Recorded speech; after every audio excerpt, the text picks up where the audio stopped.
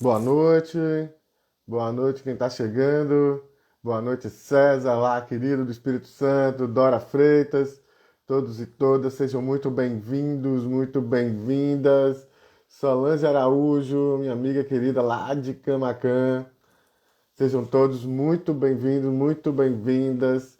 Solange que é da Fundação Hospitalar lá de Camaquã. Sejam todos muito bem-vindos, muito bem-vindas. Não deixe de dar um alôzinho aí pra gente e dizer de onde é que vocês estão vindo, de onde vocês estão acompanhando, pra gente saber até onde estamos chegando. Muito bem-vindas, boa noite. Estamos só aguardando então o nosso convidado chegar. Eduardo Nunes vai estar vindo aí já já chegando para conversar com a gente. Então, só um minutinho. Então, boa noite a todo mundo que está chegando aí. O Keriston, a Jurema.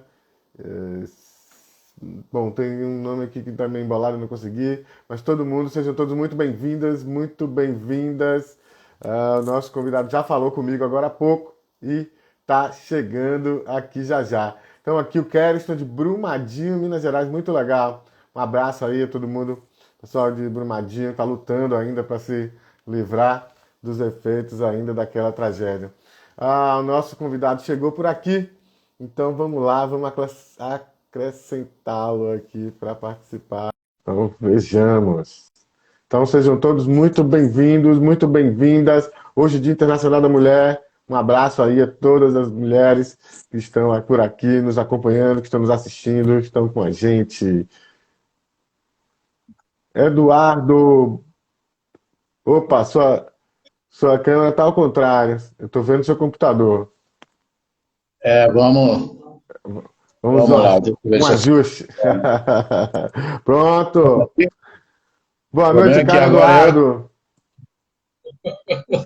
não estou me vendo agora. Boa noite, meu cara. Tudo bem aí? Boa noite, Lucas. Tudo jóia? Massa, ótimo. Você me ouve Prazer, bem? legal. Boa noite. Ótimo, querido. Muito bem. Seja muito bem-vindo, Eduardo. Obrigado por você ter aceitado o convite aqui para conversar com a gente. Estamos à disposição. Vamos falar Legal. do tema principal? Vamos lá, vamos lá.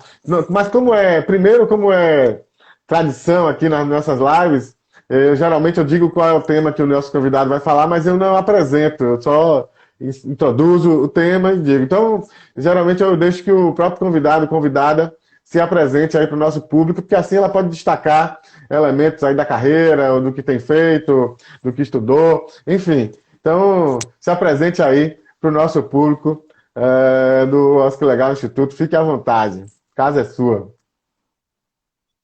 Bom, Lucas, eu sou Eduardo Nunes, eu sou sócio da Numeric Contadores, aqui em São Paulo, e já tenho mais de 3 décadas de experiência em auditoria, contabilidade, em especial também no terceiro setor. E esse do terceiro setor eu digo porque voluntariamente atuei no Instituto GESC, que é ligado à USP, à FIA-USP, né? Promovendo treinamentos e numa dessas ocasiões eu acabei sendo convidado para atuar como diretor financeiro de uma ONG americana, que é a Pact World. A Pact World ela veio para o Brasil em 2004, e na época eu estava na auditoria da KPMG, eu aceitei o convite e fiquei lá 4 anos e meio, onde eu adquiri essa forte experiência aí de prestação de contas a entidades internacionais.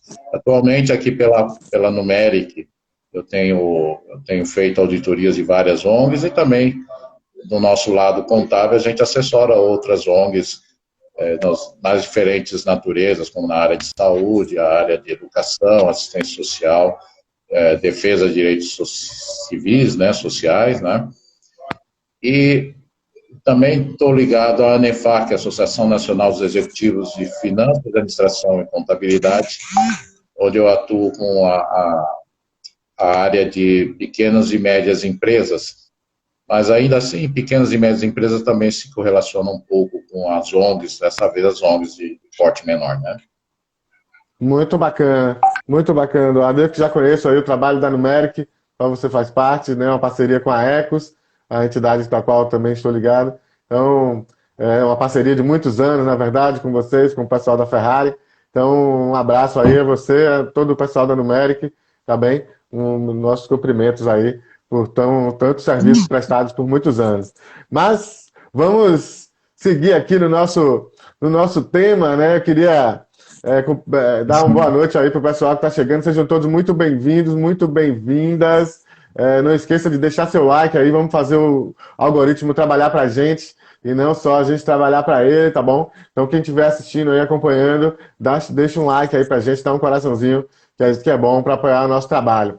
E sejam todos muito bem-vindos, muito bem-vindas. Bom, vamos falar um pouquinho, né? A gente chamou esse tema de que é prestação de contas para os financiadores internacionais, né? Então, tem diferença mesmo entre prestar contas para financiador internacional e o financiador nacional, por exemplo, em linhas gerais, só para a gente começar aí a nossa conversa?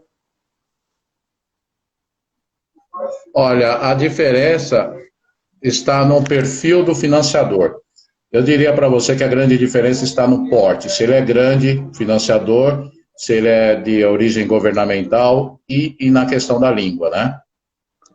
Então, em outras palavras, se você está falando de um financiador internacional de grande porte, ele tem um nível de exigência equivalente ao de uma financiadora brasileira de grande porte. Ou seja, ele doa o recurso, porém ele tem um nível de exigência bastante complexo, que você não pode ignorar, você precisa atendê-lo, né? Então, acho que a grande diferença é essa, você precisa estar um pouquinho mais estruturado, ter uma estrutura mais profissionalizada e também estar disposto a prestar contas numa língua estrangeira, provavelmente o inglês, né? Fazer relatórios em inglês. Acho que essas são as diferenças, né? Muito interessante. A outra questão que me ocorre é a questão da prestação de contas. Veja, a gente está falando de um financiador internacional, ok. Mas lá fora você tem também financiadores que são públicos, né, governos, e você tem financiadores privados, né, e você tem os organismos internacionais também, inclusive que tem essa natureza meio peculiar. Então, tem diferença, então, aí fazendo já alguma diferenciação entre esses ou não, enfim, ou cabe na mesma resposta do que você trouxe na pergunta anterior? Basicamente, você tem que ter na gíria aí o regulamento debaixo do braço, né? Você tem que entender a forma, a cultura e as exigências de cada um deles e tentar seguir rigorosamente. Por exemplo, não adianta você contar uma história maravilhosa de como a sua ONG desenvolveu as coisas e depois você, no campo lá do formulário que ele pede indicadores de números e informações, você não preencher nada. Perfeito. Você pode ter a melhor apresentação PowerPoint do projeto e isto não vai resolver a sua vida se você, no campo lá do preenchimento de prestação de contas, você deixar em branco as informações. Ou seja, você passa a ser uma conveniada problemática, né? Como ele chama em inglês, o granted, né? Você recebe o convênio, mas você não está ajudando a vida deles e eles vão considerar isso seriamente na hora de renovar ou modificar o convênio. Então, você tem que atender a essas coisas e o não atender isso vai significar custos maiores lá na frente, né? Muito interessante. A gente falava antes da live, né, nos preparativos, e você dizia do quanto o financiamento internacional ele é estratégico, ele é importante. Lógico que o acesso a esse financiamento internacional ele exige uma preparação, uma profissionalização e talvez não esteja disponível para todas as organizações. Mas fala para a gente um pouco então do quão estratégico, quão importante é o financiamento internacional para o campo das organizações. Eu acho que a gente tem que entender, essa sua provocação é interessante, Lucas, porque ela envolve vários aspectos.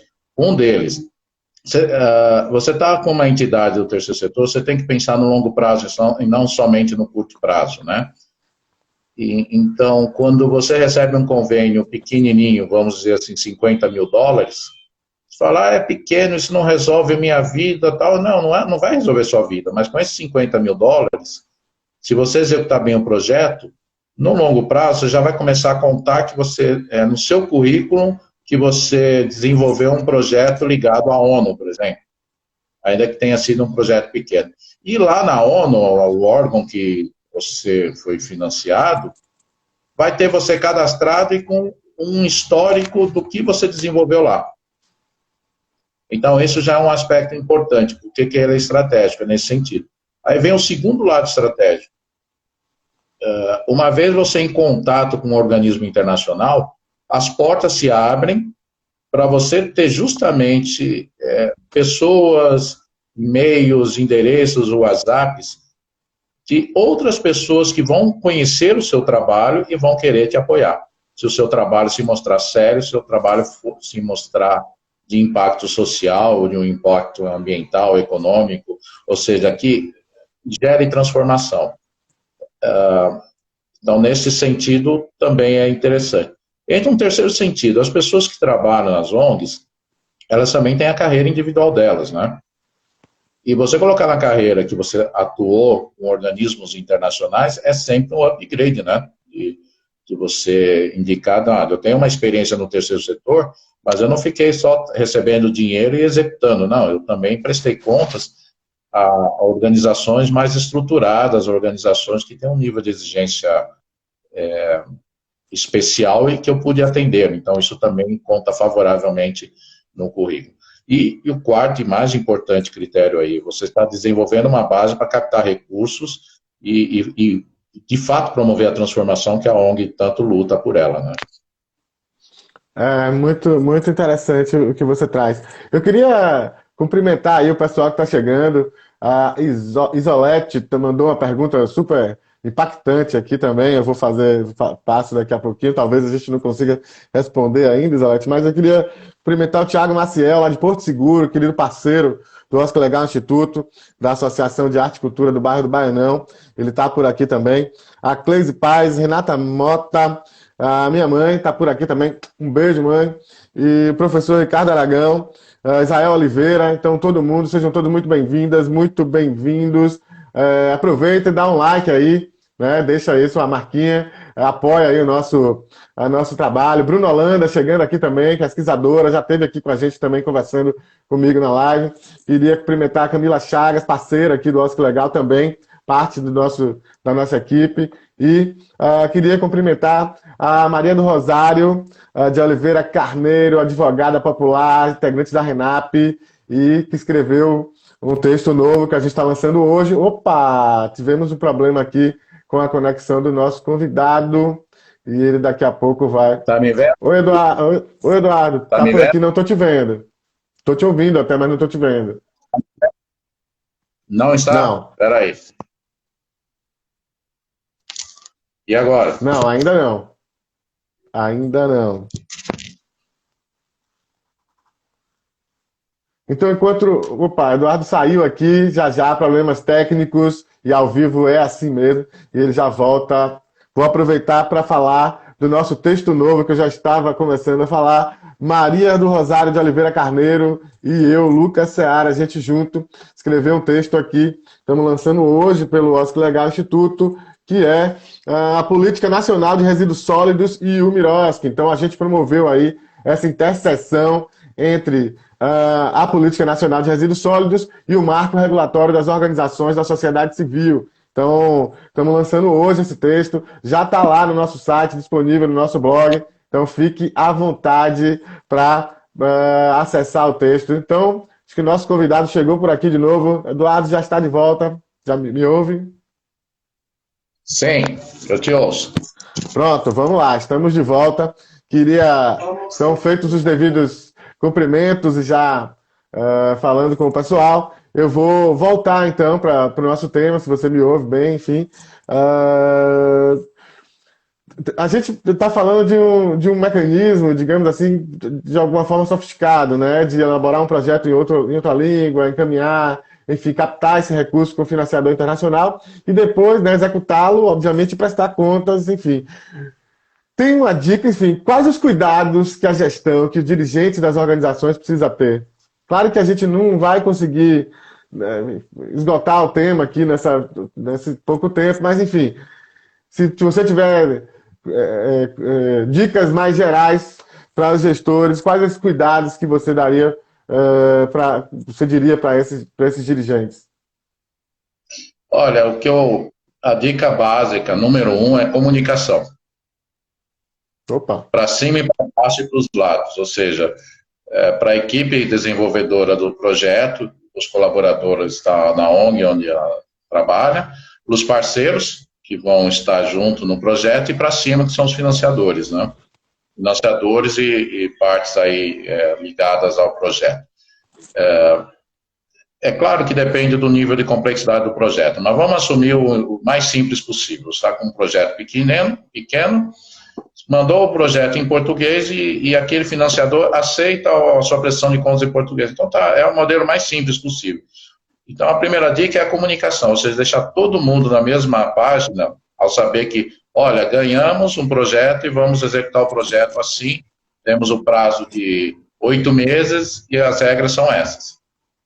A proposta que apresentamos passou, o dinheiro está vindo em etapas, mas temos que prestar contas, três prestações de contas até o final do projeto.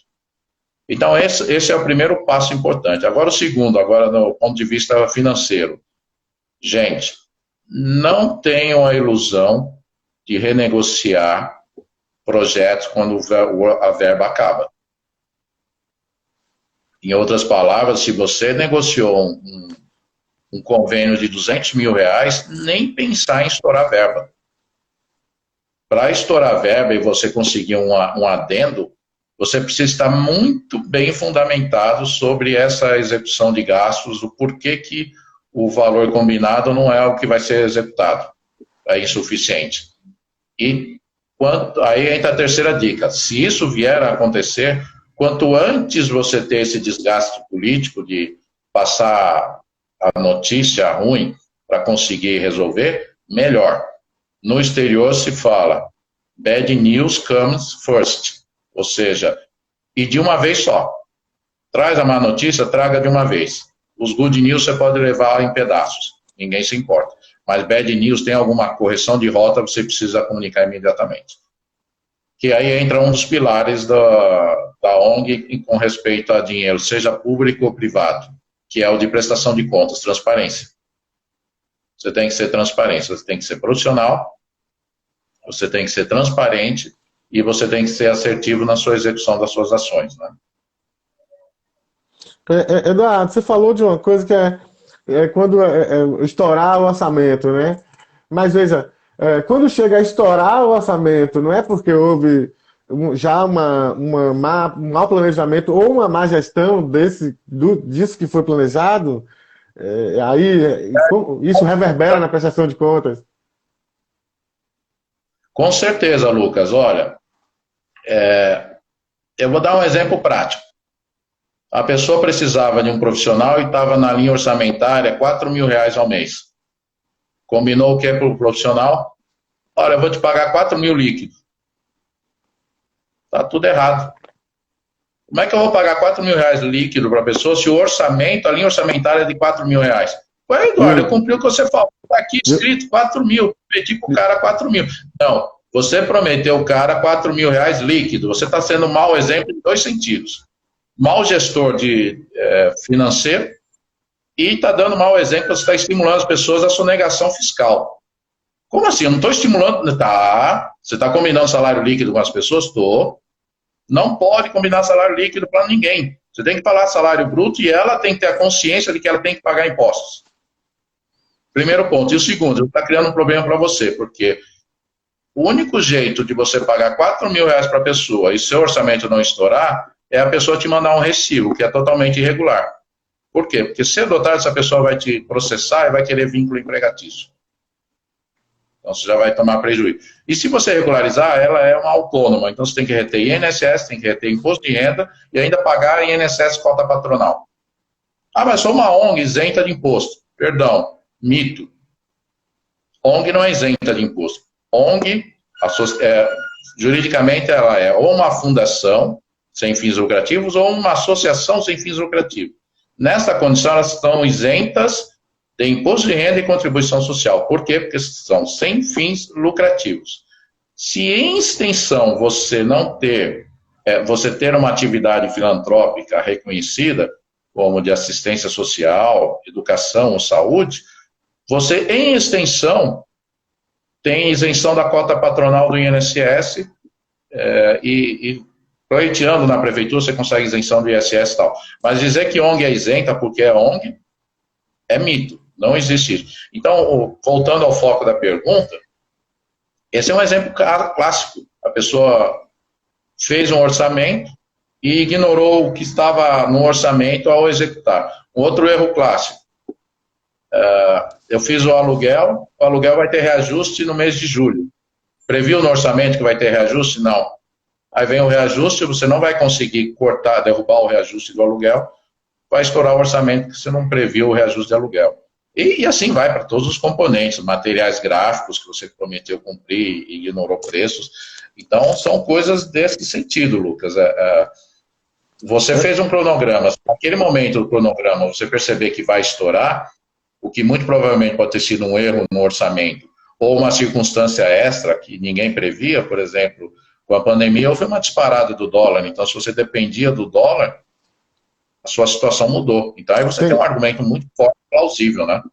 Um exemplo bom são passagens aéreas, né? A volatilidade é muito grande e você, às vezes, faz cotação de passagens e o projeto, depois de um ano, aquele dinheiro não dá mais para as passagens ou né, tem outra questão. Então, tem circunstâncias também, além do mau planejamento, você tem também circunstâncias que fazem com que o orçamento planejado fique comprometido. Nossa, a gente sofre com passagem aérea, porque você faz está previsto há 3 meses que vai ter aquela convenção anual, que todo mundo vai, aquela reunião importantíssima, e aí o Deus Todo-Poderoso, que é o diretor lá de algum departamento que determina as agendas, muda a agenda e comunica para você com 10 dias de antecedência. Quando comunica, ou seja, aí não tem mais o que fazer, né, Lucas? Aí fica numa situação difícil mesmo. Exato, de fato. Como é que você faz isso? Então, na prática, na prestação de contas, qual conselho você daria? Você está com um financiador internacional, acontece um negócio desse, você precisa alterar todo o planejamento, o orçamento, enfim. Tem que pedir um remanejamento antes, tem que conversar. Que dica você daria para o pessoal? Eu tenho uma dica suja, pode? Dica suja, protelar a execução orçamentária. Segurar mais um tempo e pedir... Ela é eficaz para você administrar um orçamento. Quando você protela, você corta custos fixos que você teria se você tivesse se adiantado no projeto. Eu falo sujo porque, na prática, você está descumprindo com atividades que estavam prometidas, mas, convenhamos, as atividades prometidas foram descumpridas por parceiros. Por exemplo, eu venho um caso de projeto que o Ministério, não vou dizer qual Ministério, tinha um compromisso de execução. A ONG, com acordos internacionais, tinha outro compromisso de execução. E as conveniadas, subconveniadas nesse caso, também tinha outro compromisso. Toda a cadeia ficou comprometida, adivinha por quê? Porque certa secretaria de certo ministério, que eu não vou dizer o nome, não fez a parte dela. Deixou de suprir um certo material que era fundamental para a campanha do projeto que estava em execução. Ou seja, todo o projeto se quebrou. E qual foi a resposta? Infelizmente, tivemos que protelar a execução de determinadas etapas do projeto para você compensar a parte que se quebrou do projeto anterior. Acontece, gente, ainda mais quando o projeto é complexo e envolve vários parceiros. Né? Mas então, qual a raiz dessa dica? Você ter o orçamento na mão. Se você tem um orçamento na mão, você consegue identificar isso com antecipação e achar a melhor solução antes do caminho. Tá, tudo bem. Boa dica. Vamos lá. Tem uma pergunta aqui me passou que é sobre impacto, se você tem dados ou se já tem estudos, se já tem alguma questão sobre impacto do financiamento internacional, com projetos das organizações. com a pandemia? Não, eu não fiz uma pesquisa, não fui atrás dessa informação, mas o que eu posso dizer é o seguinte: existe uma avalanche de dinheiro disponível para financiar ONGs nos países em desenvolvimento. Ou seja, o que eu posso te dizer é o seguinte: o Brasil tem uma relativa dificuldade em captar recursos internacionais, e muito disso porque a gente não segue a cartilha dessas bids, né, desses editais que saem e que podem ser utilizados. Então, se a gente se conectar a essas oportunidades, a gente poderá ser bem beneficiado com isso, né? Então, lamento não ter uma estatística aqui, eu não fiz uma pesquisa atualizada da questão da pandemia, né? Mas eu posso te dizer o seguinte: o volume de dinheiro disponível no exterior continua, aliás, pelo contrário, está havendo uma inflação de valores, né? Em função justamente da pandemia, a quantidade de dólares e euros disponíveis a financiamentos internacionais aumentou. Aumentou de forma ilusória, que é a inflação, mas aí pouco importa. Aumentou, né? Então, são mais valores, mais recursos disponíveis. Muito interessante, porque o que eu tenho ouvido das organizações é sempre a dificuldade de captar recursos, que ela existe, na verdade, né? A dificuldade é de várias ordens. Mas o que você traz é que o recurso existe. Então, sabendo a forma de acessá-lo, de identificá-lo, ou de fazer a prospecção, enfim, é possível, é viável, então. Sim, é viável, Lucas. Eu vou até enfatizar o que é o profissionalismo esperado na prestação de contas. Quando a gente fala em prestação de contas, a gente pensa em relatório contábil, um relatório financeiro e tal. Na verdade, a prestação de contas ele considera os dois fatores, os dados financeiros e os dados físicos. E como que o estrangeiro gosta de trabalhar? Com um negócio chamado monitoramento e avaliação, em que você faz um baseline, você coloca uma meta de transformação e você faz uma prestação de contas intermediária e depois final do cumprimento, do atingimento dessas metas e, se não atingir, por que não atingiu. Então, é uma combinação de números e que entra um lado curioso. Tem muita coisa que é subjetiva. E qual é a missão de quando você faz projeto? É transformar o subjetivo em objetivo. Como é que eu faço isso? O exemplo mais simples, as chamadas pesquisas. Pesquisa de percepção das pessoas sobre tais coisas. Aí as pessoas apontam a percepção delas sobre uma comunidade, por exemplo, e você quantifica pelas respostas. Ou seja, eu peguei um aspecto subjetivo, quebrei em várias perguntas objetivas, que ajudou a melhor desenhar aquela questão subjetiva. E daí eu mapeei uma transformação. Olha, o cenário geral aqui aponta para moderado, mas eu tenho que estar no cenário de bom, sair do moderado para o bom. Essa é a minha meta do projeto. Ou seja, sair da nota 4 e ir para a nota 7. Nota 10 é muito difícil, mas se eu chegar na nota 7 está bom demais. Em quanto tempo de projeto? Em 2 anos de projeto. Então, quais são as ações que você propõe para mudar essa transformação? Para mudar essa realidade da nota 4 para chegar na nota 7. Aí eu escrevo um plano apontando 4 ações fundamentais. Essas 4 ações subdivididas nas ações A, B, C de cada um desses itens é o que eu me proponho a fazer em 2 anos. Muito legal. Se você escrever isso no seu projeto, então você tem que fazer isso também na prestação de contas. Eu acho que isso que é o fundamental, Lucas. O monitoramento e avaliação é uma das formas fundamentais de um organismo internacional perceber a competência da ONG em prestar contas e controlar a execução de um projeto.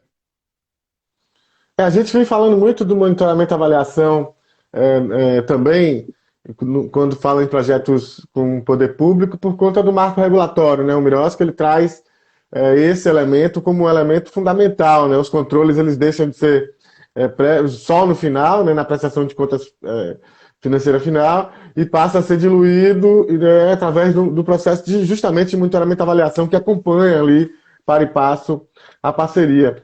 E a gente tem visto na prática uma dificuldade muito grande de implementação desse procedimento de monitoramento e avaliação, tanto por parte do poder público, porque é uma novidade, e a máquina pública, né, ela responde, às vezes demora mais de responder isso, mas também de parte das organizações, né, que tem dificuldade de fazer esse monitoramento interno, enfim.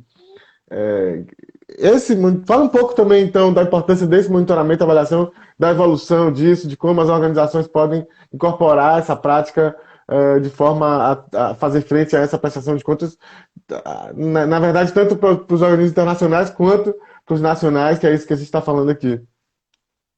Lucas, vamos para a boa notícia. Nós somos regidos por leis que nenhuma delas fala que nada está parado, tudo está em evolução. Então, a boa notícia disso é que estamos desenvolvendo. E quando você me fala do marco regulatório das organizações sociais, né, eu fico feliz porque ela está forçando você a ter um desenvolvimento maior. Então, essa dificuldade inicial de implementação da lei, eu acho que, de certa forma, era esperado, né? Então, essa é a boa notícia, porque você percebe que as pessoas agora, para se tornar especialistas em terceiro setor, já sabem que monitoramento e avaliação não é uma coisa perdida, é uma palavra que consta na lei. Antigamente não tinha isso. Uma curiosidade, muitos sempre perguntam e ficam preocupados com as notícias, e sempre falam, pessoal, para de ficar só vendo notícia de jornal. Notícia de jornal não ajuda muito, né? Eu vi uma notícia dizendo que o governo americano solta $100 e na África só chega a $17. A agência lá do governo americano destinou $100 para um projeto, mas o dinheiro de fato implementado só foi 17. Por quê? Falei corrupção, isso e aquilo. Não é corrupção, gente. Não é corrupção. Agora veja esse exemplo do marco regulatório. Quantas pessoas no mercado têm especialização para tornar no papel isso que eu comentei de fazer um baseline de indicadores, realizar uma pesquisa, você tangibilizar, ou seja, objetivar dados subjetivos, depois você investir numa pesquisa de reavaliação disso para mostrar que o indicador mudou, depois fazer uma nova pesquisa para você mostrar que isso fechou. Isso custa dinheiro. Isso custa as pessoas qualificadas e as pessoas qualificadas não vão aceitar, por exemplo, um salário mínimo para trabalhar com esse conhecimento. E aí, nos Estados Unidos, as regras americanas, do governo americano, são bem complexas. Vou dar uma curiosidade para vocês. Você sabia que se você tem um projeto americano, você não pode usar um carro que não tenha, no mínimo, 50% de componentes made in os Estados Unidos? E aí você vai lá no mercado, mas eu encontrei, fiz a cotação, achei um carro aqui por R$80 mil. Não, tem que ser um carro que atinja a exigência deles, que defenda a indústria americana. E esse carro eu encontrei no Brasil, um carro importado que atende a isso tudo, só que custa R$200 mil. Então, ou você compra esse carro, ou você encontra uma solução criativa. Então, esse é um exemplo de encarecimento de projeto derivado de exigência do financiador. Não tem nada a ver com corrupção e não tem nada a ver com incompetência, mas tem a ver, sim, com a realidade das coisas e a dificuldade de implementação. Mas já que eu dei a dica aí do carro, né, já dou a solução também, né? Em vez de você ficar no carro, aluga, né? Mais barato. Nesse caso, dá para se resolver. Você aluga um carro.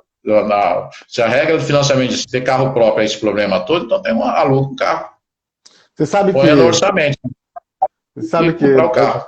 Eduardo, eu tive uma situação que é um paralelo só para ilustrar aqui qualquer coisa. A gente analisando um projeto, eu trabalhava na Secretaria de Cultura aqui do estado da Bahia, e chegou um projeto de uma peça bem interessante, né, com uma produção mais, digamos, cara, enfim. E eles quebraram, numa das cenas, um dos personagens quebrava uma televisão. Ele falava assim, qualquer coisa, quebrava a televisão. E eles queriam uma televisão de verdade a cada apresentação, né, para dar o efeito cênico, enfim, que se queria o efeito estético, né, o próprio brilho da TV sobre os olhares, né, das pessoas que estavam assistindo, enfim.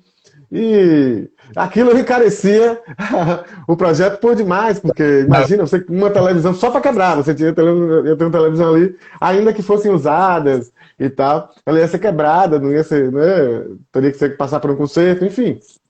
Então, foi sugerido ao pessoal que fossem televisões cênicas mesmo. Então, isso reduziria o orçamento bastante para poder fazer aquilo que a peça se propunha, que no fim das contas é isso. Então, e aí, no teatro, isso é muito mais fácil, né? Traçando um paralelo com o que você traz. Então, eles criaram um tipo de televisão, com umas luzes por dentro, ficou excelente, o negócio ficou muito legal, não precisou quebrar uma televisão de verdade. Então, mas é o teatro, né? É o espaço da criatividade. Como fazer isso dentro dos projetos, na hora de comprar um carro, mais complicado talvez, mas ainda assim, é esse espaço, o campo onde a gente está, né? O campo de experimentar mesmo. O campo social é um campo de experimentar também. Então, acho que é importante. Eduardo, só então, um intervalinho para você beber uma água, só para eu cumprimentar o pessoal que chegou aqui. Tá, boa noite a todos e todas nesse Dia Internacional da Mulher. Lígia Lima, Kátia Salomão, Ângelo Cavalcante, Daniel Batista, o Dário Magalhães, Isabela e Maria, a Dayana Rosa, a Jaqueline, Patrícia Luz, a Vilma Isabel, todo mundo que chegou por aqui, o Fernando Antônio, o Souza Vitória, o Josué também que chegou por aqui. Então sejam todos muito bem-vindos, muito bem-vindas. Dê seu like aí, apoie o nosso trabalho, aperte aí, clique aí, não faça economia, clique aí nesse coraçãozinho, dê seu like, apoie o nosso trabalho, faz o algoritmo trabalhar pra gente e não só a gente trabalhar para ele, tá bem? Então, queria chamar também o pessoal que está por aqui, o pessoal que vai dar o like, que está dando like, que hoje a gente está lançando texto novo do Oscar Legal Instituto, é uma parceria minha com a Maria do Rosário de Oliveira Carneiro, advogada da RENAP, e a gente está falando sobre a Política Nacional de Resíduos Sólidos e o MIROSC, o Marco Regulatório das Organizações da Sociedade Civil. Então o texto já está lá disponível no nosso site. Então vejam, comentem, espalhem, falem com as demais pessoas. Na verdade, a gente está evidenciando os pontos de convergência entre a Política Nacional de Resíduos Sólidos e o Marco Regulatório das Organizações da Sociedade Civil. Muito bacana, parceria. Maria do Rosário, um grande abraço para você. Muito boa essa parceria nossa. Ela que está por aqui assistindo, já cumprimentou todo mundo por aqui. E convidar todo mundo também na próxima live que a gente vai fazer daqui a 15 dias com a doutora Samira Miguel, ela que é do Instituto Ayrton Senna, é lá da coordenação do Instituto Ayrton Senna, coordenação jurídica do Instituto Ayrton Senna, e a gente vai falar sobre compliance na ótica das organizações da sociedade civil. Então, dia 22 de março, 18 horas, aqui mesmo nesse bate-canal, a gente vai estar falando com a doutora Samira Miguel sobre compliance na ótica das OSCs. E está aqui o Fernando Antônio dando saudações à mãe dele, à esposa, às filhas, a todas as mulheres, etc. Muito bem, ao qual nos solidarizamos e nos somamos aí nos cumprimentos à minha mãe, minha companheira, minha filha e todas as mulheres por aqui também que estão acompanhando. Vamos lá, então. Eduardo, então você está por aí, me ouve? Vamos retomando aqui.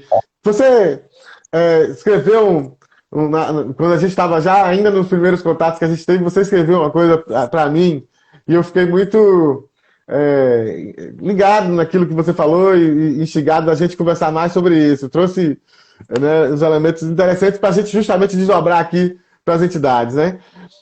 Olha o que você escreveu, que eu acho super importante trazer. A transparência na prestação de contas está estruturada em conceitos e detalhes que conciliam a contabilidade com o projeto em si.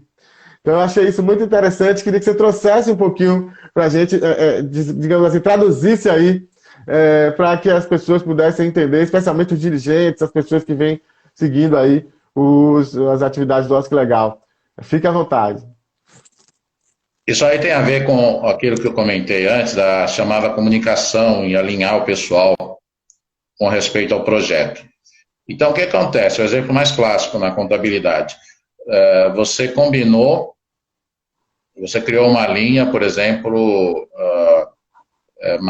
publicação, campanha de conscientização dos usuários.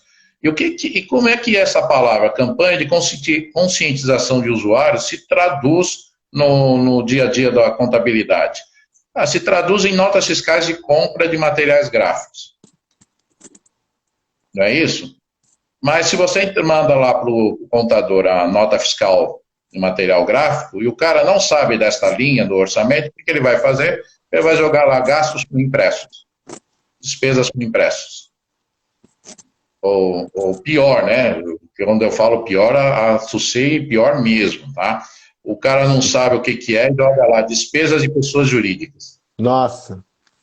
Consultoria de pessoa jurídica. Essa é a linha preferida dos contadores quando eles não sabem o que é quando vê uma nota de serviço. Gente, o que é a nota de serviço do especialista em monitoramento e avaliação, do especialista em publicações e do especialista em trabalhos de campo? A nota fiscal não tem distinção nenhuma. Vai ser o fulano de tal, é o ciclano, a subscrição mês. Ou então o cara manda a nota fiscal a Aranda Serviços de consultoria. Não diz nada. Aranda Serviços de Consultoria, ou o nome da pessoa, ou tal. Se eu não conheço o projeto, eu vou jogar tudo isso como despesas de serviço de consultoria, serviço de pessoa jurídica.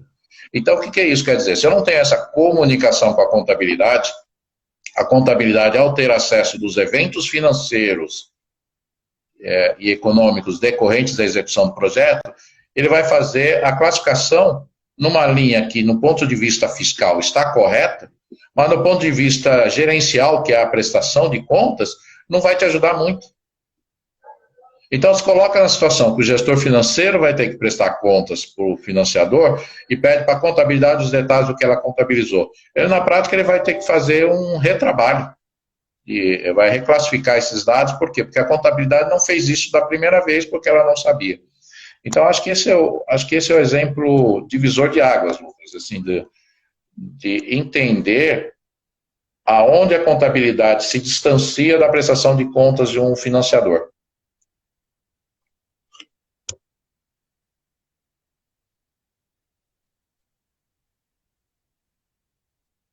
Ficou mudo. Tá. Opa, tá me ouvindo agora, querido? Agora sim, pronto, retomamos. Tem hora que... Vamos lá. Ao vivo é isso aí, hein, Eduardo? Mas vamos lá. Você trouxe a questão da classificação, né, ou da categorização equivocada dessa execução orçamentária, né? Eu penso, tem um caso muito interessante, passando aí também de novo, trazendo aí um paralelo com o marco regulatório, quer dizer, o marco regulatório diz, né, a lei 3.019, e a rigor os decretos também vem trazendo, que não se trata de prestação de serviços, né? Uma parceria com base no marco regulatório não caracteriza prestação de serviço, está lá no decreto federal e esse é o entendimento, né, dentro desse que se chama marco regulatório. Portanto, você não deveria emitir nota fiscal, né, já que não se trata de uma prestação de serviço, não é um contrato, né, não há uma contratação de prestação de serviço. Mas aí, o que você está colocando se não houver um alinhamento entre as partes que estão trabalhando no projeto, quer dizer, de repente a contabilidade pode classificar esse recurso como contratação, né, como um contrato. E aí mesmo a lei declarando que não é uma contratação e que não incidiria, por exemplo, o ISS, o Imposto sobre Serviço, mas se cometeu-se um erro e se classificou como prestação de serviço, consequentemente vai haver incidência de ISS, né? Eu acho que aí, Lucas, tem duas coisas importantes. Vamos lá. A ONG que afirmou o convênio, o que ela está desenvolvendo de atividade não é, pelo marco legal, considerado uma prestação de serviço, sim, uma execução de um projeto. Então, não cabe ISS aí.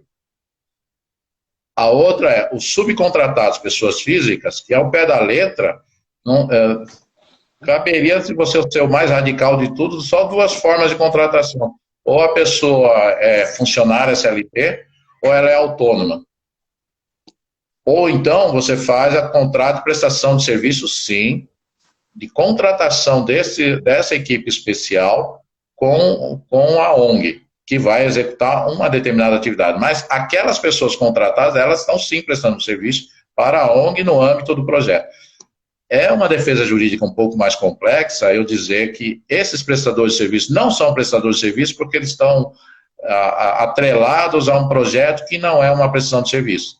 Mas isso é uma defesa arriscada. Pode funcionar, mas não é algo pacífico de interpretação fiscal, tá? Mas o que eu estou dizendo é uma coisinha mais simples ainda, Lucas. Você pega o balancete e você não tem uma linha chamada execução do projeto.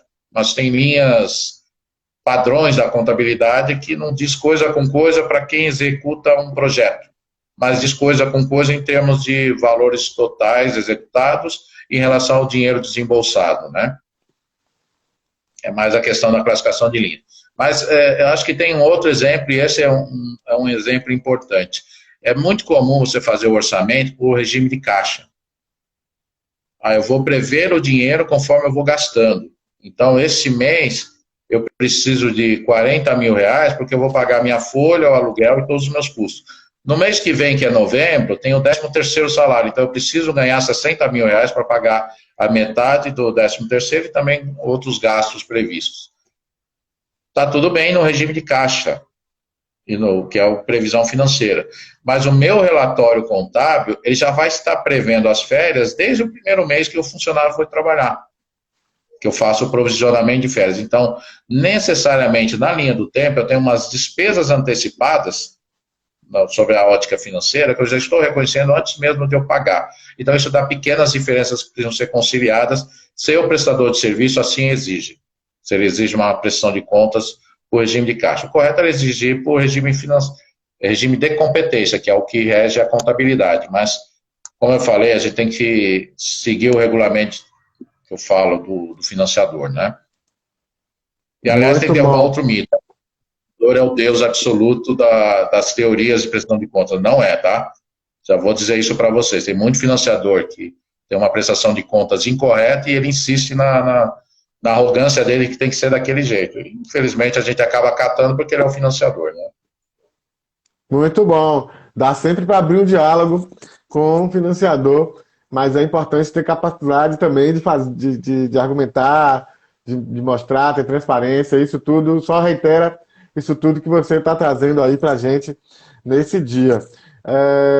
Gente, queria cumprimentar aí de novo todo mundo que está chegando. Edna Silveira, Liduína, o Kereston Martins de novo aqui, mandando, dizendo que é um muito bom tema. Enfim, dizer para vocês que tem texto novo do Oscar Legal Instituto lançado hoje, estamos lançando agora, nesse momento, nesta live. Olha que legal, a Daniela tá aqui falando, Eduardo, meu marido, dando show de conhecimento técnico. Que bacana, Dani, que bom. Seja muito bem-vinda, Daniela, que legal. Um abraço para você, viu? Realmente, Eduardo dando show de bola aqui. Já era de se esperar que já conheça Eduardo e todo mundo aqui falando. E a sua esposa também vindo aqui para dar esse testemunho. Que bom, fico muito feliz de você estar por aqui também com a gente, Dani. Então, texto novo, como eu dizia, texto novo do Oscar Legal Instituto, lá, a Política Nacional de Resíduos Sólidos e o Miroski, uma parceria minha com a Maria do Rosário de Oliveira Carneiro, já está lá disponível no nosso site. E quem perguntou também, essa live, ela fica gravada aqui, tá, no Instagram, mas ela fica também no nosso canal no YouTube. Hoje ainda, no máximo amanhã de manhã, a gente sobe a live. Tá lá no nosso canal no YouTube, para quem quiser ver depois, tá certo? Então, para quem estiver vendo agora, um abraço agora, e para quem vê depois, um abraço com você que está vendo aí no futuro. E também convidar para o pessoal de live dia 22 de março, 18 horas, aqui nesse Bate-Canal, a gente vai estar com a Samira Miguel, da coordenação jurídica lá do Instituto Ayrton Senna, falando sobre compliance na ótica das organizações da sociedade civil. Então, 22 de março, vamos estar aqui com a Samira Miguel falando sobre compliance. Eduardo, tem uma questão que eu queria te perguntar, que é sempre uma dificuldade, as pessoas falam muito, e se discute muito nos fóruns internacionais, tem acontecido em outros países. É uma espécie de criação de obstáculos para que as organizações possam abrir as contas e movimentar as contas e receber recursos internacionais. Tem que declarar, e declarar, e declarar, e sofre perseguições, enfim. Termina sendo um instrumento disso que a gente vem chamando de criminalização burocrática, né?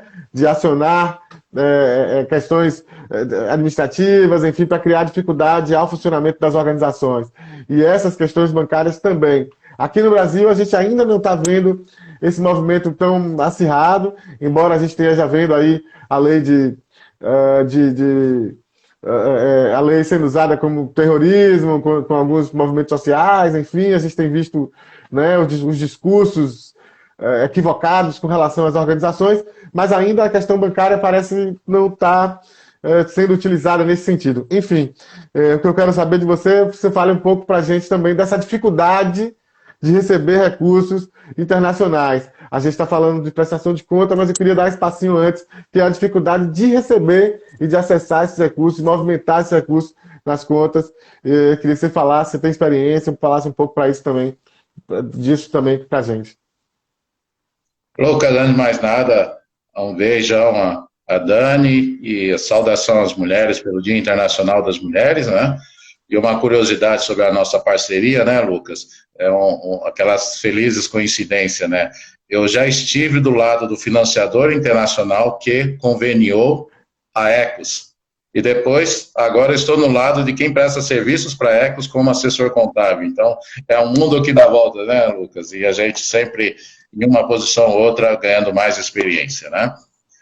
Sobre a sua pergunta, é bacana, é um mundo que nos anima a se manter firme e confiantes. Até porque, quando você falou aí da lei de logística reversa, uma das coisas que me marcou muito é que essa lei demorou 14 anos para ser aprovada e entrar em execução.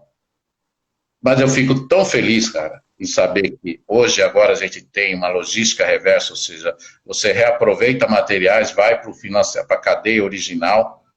E eu até faço isso de maneira simbólica. Eu contei para a Dani, minha mulher, que a gente, às vezes eu compro groselha lá no sul de Minas e vem uma garrafa de vidro tão bonitinha que eu guardo a garrafa e devolvo para eles. E eles ficam olhando perplexos a garrafa de volta. Isso é chamada logística reversa, meu amigo. Pode mandar lá para o produtor. Ah, eu conheço, ele está ali, então leva lá para ele que ele vai entender do que se trata. Claro que é uma maneira caseira. Que estuda isso, é fantástico isso. Bom, a sua pergunta é realidade. Às vezes os bancos são mais exigentes do que a burocracia do governo. E os bancos, eles são fortemente penalizados quando uma coisa foge o compliance deles, foge alguma regra de acordo internacional de combate a tráfico, ao financiamento internacional de terrorismo, tráfico e outras ações ilegais. Mas o problema é que os bancos colocam isso no mundo operacional e cria tantos obstáculos que ele chega a ser burro, ou seja, burocracia. As pessoas já não pensam mais. Então, eu sou uma ONG, vou receber recurso internacional, a minha dica que eu dou para vocês é, primeiro, faça amizade com a área de câmbio do banco. Tá? Você tem o telefone, o endereço e tal, porque sempre vai ter um infeliz que não conhece de câmbio e vai criar obstáculos. Segunda dica prática, donation, gravem essa palavra, donation, é a única palavra em inglês que os bancos entendem. Donation, donat, T-I-O-N. Estou soletrando de propósito, tá? D-O-N-A-T-I-O-N. Por quê? Porque no propósito do câmbio tem que dizer, para que esse dinheiro? Donation. Ah, tem TCMD, pago e TCMD. Para o Estado, doação. Ou então obtém uma isenção para não ter que pagar. Terceira dica, tenha debaixo do braço, agora nessa forma estou dizendo, tenha o PDF do convênio internacional que foi firmado. De preferência aquele que tem a coluna em inglês e a coluna em português, ou na língua nativa de onde vai vir o recurso e um traduzido em português. Porque quando você mandar para o banco não quer saber se é donation ou não, ele vai pedir algum documento a mais. Você manda na hora esse convênio. Dizendo, tá aqui, ó, tem um grant de $200 mil e aqui está vindo a tranche número 3, que são $50 mil. manda isso. Se tem documentos tipo Outlook, um e-mail, uma mensagem que veio do exterior autorizando, manda também. Ou seja o mais explicativo e didático possível com o banco, porque o banco também está com você aprendendo o processo. Ah, mas o banco é estruturado. Sim, o banco é estruturado, mas as pessoas que operam o banco não têm tanta experiência quanto se apresentam. Triste realidade, mas é um fato. De fato, eu tive uma experiência bem interessante com o banco, porque a gente apresentou a ata e a presidente da Assembleia Geral, né, ela presidiu a Assembleia Geral e passou, né, a diretoria para outras pessoas assumiram. E o banco insistia que não havia sido passado a diretoria. E aí, não, mas olha aqui, está dizendo aqui que a nova diretoria foi eleita, olha aqui a lista dos eleitos. Aí a pessoa dizia, não, mas aqui, ó, tá dizendo aqui, presidente, fulana de tal, ela continua sendo presidente. Até a gente explicar para ele que não, querido, a entidade nem presidente tem, ela tem diretoria, ela é presidente da Assembleia Geral, deste ato aqui, desta reunião, né, ela é presidente, ela não é presidente da entidade. Nossa, isso demorou um mês para a gente conseguir deslanchar a conta no banco, né, a gente assessorando a entidade, porque o banco não entendia dessa forma, dizia que a presidência ainda era, enfim, a ex pessoa responsável, enfim.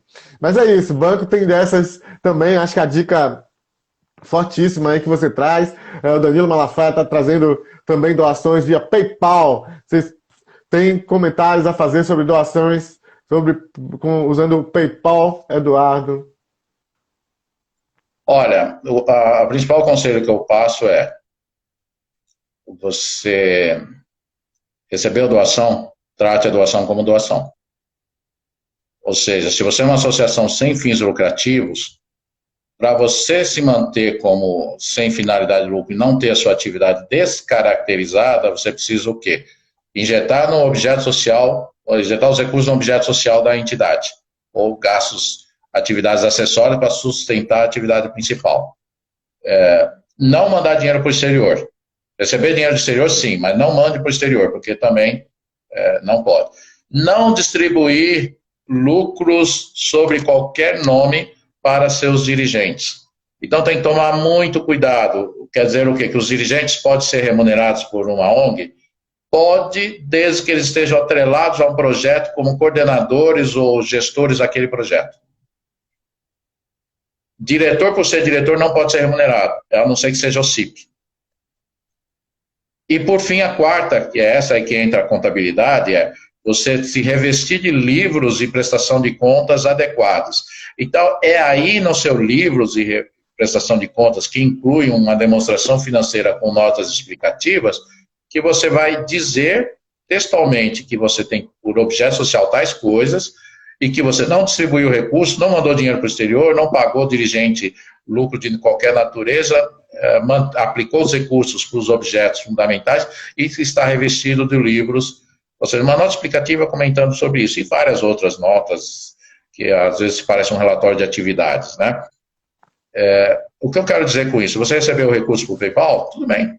Vou emitir nota fiscal? Não cabe emitir nota fiscal. Recebeu a doação, é doação, vai aplicar no recurso. Documente essa campanha que mostra como você recebeu esse recurso. Eu fiz uma campanha, se alguém mandou dinheiro para o PayPal, provavelmente você fez alguma campanha. Documenta isso. Nem que seja, como eu te falei no livro, nas notas explicativas, diz assim, campanhas realizadas. Realizamos a campanha em março, R$1, R$1, 1, 10, 20 e R$100 pela causa A. Depois, em julho, fizemos a campanha Eu Me Importo. E aí, descreva o que foi a campanha. Ou seja, transparência, gente. Transparência para você mostrar que está tendo lisura com o uso dos recursos. Acho que essa é a dica que eu dou. Você recebeu o recurso pelo PayPal, faz isso. Agora, quanto ao ITCMD, essa é uma área nebulosa, tá? Sim. O ITCMD, direto e reto, diz o seguinte: dinheiro recebido em doação tem que pagar imposto estadual. Aqui no estado de São Paulo é 4%. Tem que ver na Bahia, tem que ver no Rio de Janeiro, em Minas, no estado que você está alocado, qual que é a cobrança do ITCMD e como o governo fica sabendo. Mas, via de regra, essa tributação é mais cabível a casos como de heranças, ou casos documentados, fortemente documentados, como esse que eu te falei, da operação de câmbio. Se eu vou fechar a operação de câmbio, vão se questionar. Vão se questionar, porque o governo, de alguma forma, vai saber que você recebeu esse dinheiro em conta bancária, né? Muito bacana. Esse tema do TCMD a gente já tratou por aqui, a partir do estudo do GIF com a FGV. É uma confusão, uma Babilônia mesmo, porque são 27 estados, cada um com uma legislação, e o Brasil é um dos poucos países no mundo inteiro que tributa a doação, o ato de doar. Então é muito complicado você fazer captação de recursos com uma barreira como essa, mas isso aí é ponto para uma outra conversa, de repente para uma outra live, certamente conversaremos ainda novamente. Eduardo, eu queria, né, ainda tem uma pergunta para você, antes da gente fechar. Antes da gente fechar, eu costumo dizer aqui, Eduardo, que live quando é boa, você pisca o olho e ela acabou. Então é isso, né? A gente quando começou a esquentar aqui o papo, infelizmente a gente já está fechando, já são 7 horas, mas dá para a gente ainda fazer uma última pergunta que a gente sempre faz, na verdade, que é o seguinte: dicas para pequenas organizações. A gente falou muito aqui desse universo de entidades que tem mais estrutura para essa captação internacional, mas eu queria colocar, que você pudesse dar uma dica, pequenas organizações. Isso vai chegar na porta dela, ele pode alcançar esses recursos. Dê aí dica pensando em pequenas organizações. Documentem tudo. Então, para você entender o que é documentar tudo, fiz uma reunião, anota. Reunião, tantas pessoas participaram. Fiz uma ação, anota. Tal dia, tal ação, tal horário, fiz tal coisa. Por quê? Cedo ou tarde você vai precisar dessas informações para prestar contas. E documente com fotos, documente com fatos, documente com vídeos, se for o caso. Deixe documentado. A outra dica que eu falei no início, mas reforça a questão da comunicação, incluindo o assessor contábil, que provavelmente uma organização pequena é um prestador de contas terceirizado. Então, converse com o seu contador, deixe ele bem a par. E última dica, que essa vai para as pequenas, mas também vai para as grandes. Contrapartida. O que é contrapartida? Eu vou receber $200 mil, em contrapartida eu tenho que honrar $20 mil. Você tem dinheiro? Não. Então você vai honrar os $20 mil como? O trabalho voluntário. Eu vou usar um espaço, eu vou fazer isso, eu vou fazer aquilo. Perfeito. O doador aceitou? Aceitou. Então, o que você tem que fazer? Registrar essas ações. Mas eu registrei, fiz um livro, tirei foto. Não é isso. Fala para o contador, quantifique esse trabalho voluntário para ele registrar simbolicamente a despesa contra uma receita de serviço voluntário, o comodato do imóvel como despesa de aluguel, uma receita de comodato, conseguir 20 ingressos para os estudantes para assistir uma peça de teatro. Quanto uma pessoa pagaria, um estudante pagaria sem que fosse fora da ONG?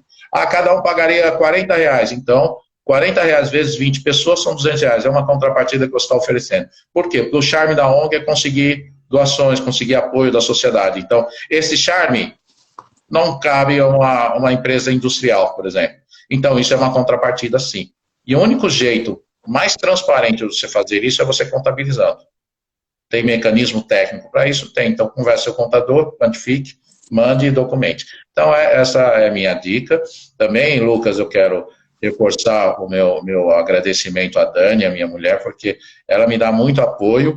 Para você ter uma ideia, eu tenho uma outra live daqui a pouco, um tema bem diferente, um especial. A gente vai falar. Você tem um programa no YouTube. Fala do seu programa no YouTube, exatamente. Vê se... Canal 3005. Depois vai ser Conexão 3005, mas agora Canal 3005. Quem se conectar aí no YouTube, às 20h40 de hoje, terça-feira, 8 de março, Dia Internacional das Mulheres, vamos falar sobre Ana Pimentel e a Marquesa de Santos, duas personagens da história que contribuíram muito no desenvolvimento do Brasil. Muito então, é sobre bacana. Isso lá. Muito bacana, muito legal, Eduardo. Muito bacana. Queria então convidar o pessoal para a gente poder fechar. Eduardo tem outro compromisso já lá no canal no YouTube que ele acabou de dizer aqui. Então, rapidinho, para a gente fechar, dizer para todo mundo, texto novo do Oscar Legal lançado hoje, está lá no nosso site. A gente está falando sobre a política nacional de resíduos sólidos e o marco regulatório das organizações da sociedade civil. É uma parceria minha com a Maria do Rosário de Oliveira Carneiro, advogada parceirona lá da RENAP, Rede Nacional de Advogados e Advogadas Populares. E próxima live, dia 22 de março, daqui a 15 dias, aqui mesmo, às 18 horas, a gente vai falar sobre compliance na ótica das organizações.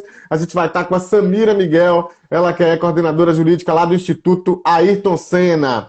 E, pessoal, tem os nossos grupos aí do WhatsApp, os grupos do Instagram, todo dia tem conteúdo, não tem boa noite, boa tarde, bom dia, correntes intermináveis, isso não tem. Lá é informação sobre organizações. Quem me mandou mensagem aqui, espera um pouquinho, deixa eu terminar a live para poder te incluir lá, não tenho como parar aqui para fazer isso, mas farei. Então, todo mundo é convidado aqui para a próxima live. Um abraço aí para todo mundo, um beijão para todas as mulheres. Camila Chagas, parceira aqui do Nosso Que Legal, minha companheira Cecília, minha filha Flora, minha mãe, tá todo mundo por aí. Um beijo para todas as mulheres e para as minhas próximas em especial. Também queria dizer o que mais?